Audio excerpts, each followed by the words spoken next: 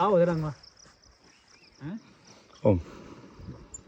Guys हामी चाहिँ यो नयाँ गाउँ जाने बाटोबाट तलतिर आउँदैछौँ हैन। हामी चाहिँ अब यो घुम्दै घुम्दै आएको चट्टै यहाँ भिडियो बनाउँदै आएको छौँ। बाटो पनि दामी भएछ है, फिलिलिलिलि भएछ। म चाहिँ यहाँबाट भिडियो बनाइरहेको छु खल्तीमा हालेर चट्ट।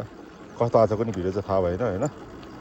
अब हेरौँ एकछिन हेरी चाहिँ थाहा हुन्छ। म चाहिँ मेरो सर दाइसँग छु होइन। त्यस हामी चाहिँ यसरी घुम्न आएको छु तलतिर होइन। त्यो बाटो चाहिँ दामी रहेछ नि त होइन। यस्तो दामी बाटोमा होइन। म चाहिँ फर्स्ट टाइम यसरी राइडिङ आएको हो यहाँ चाहिँ।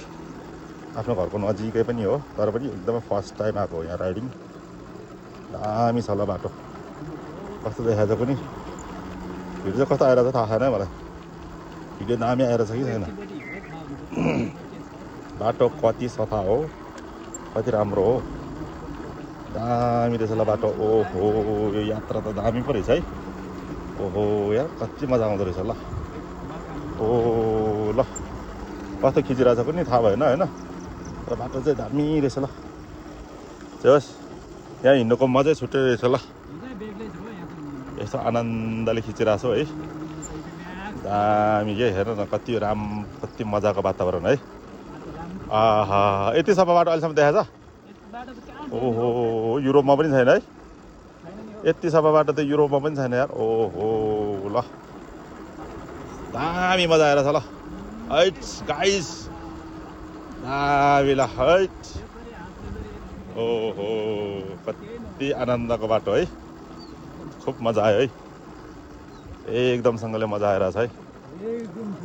एकदमसँगले मजा आइरहेछ। आहा कस्तो देखाएको पनि भिडियो चाहिँ कस्तो आइरहेछ थाहा होइन है। थाहा भएन है मलाई। तर बाटो चाहिँ दामी बनाएछ ल। हैट अझ हाम्रो ससुरालीसम्म बनाइदिए हुन्थ्यो कि है यो बाटो। कति मजा आउँथ्यो है। आहा दामी आइरहेछ है भिडियो पनि ल। दामी भिडियो बनाइरहेको छौँ हामीले ल। कस्तो आयो भिडियो चाहिँ थाहा भएन होइन। होस् ल यहाँबाट ठ्याक्क छुट्ने बाटो हो क्या माथि ठ्याक्कै हो। ओहो ल दामी ल हैट ल दामी मजा आयो ल। अब चाहिँ स्टप गरौँ है भिडियो।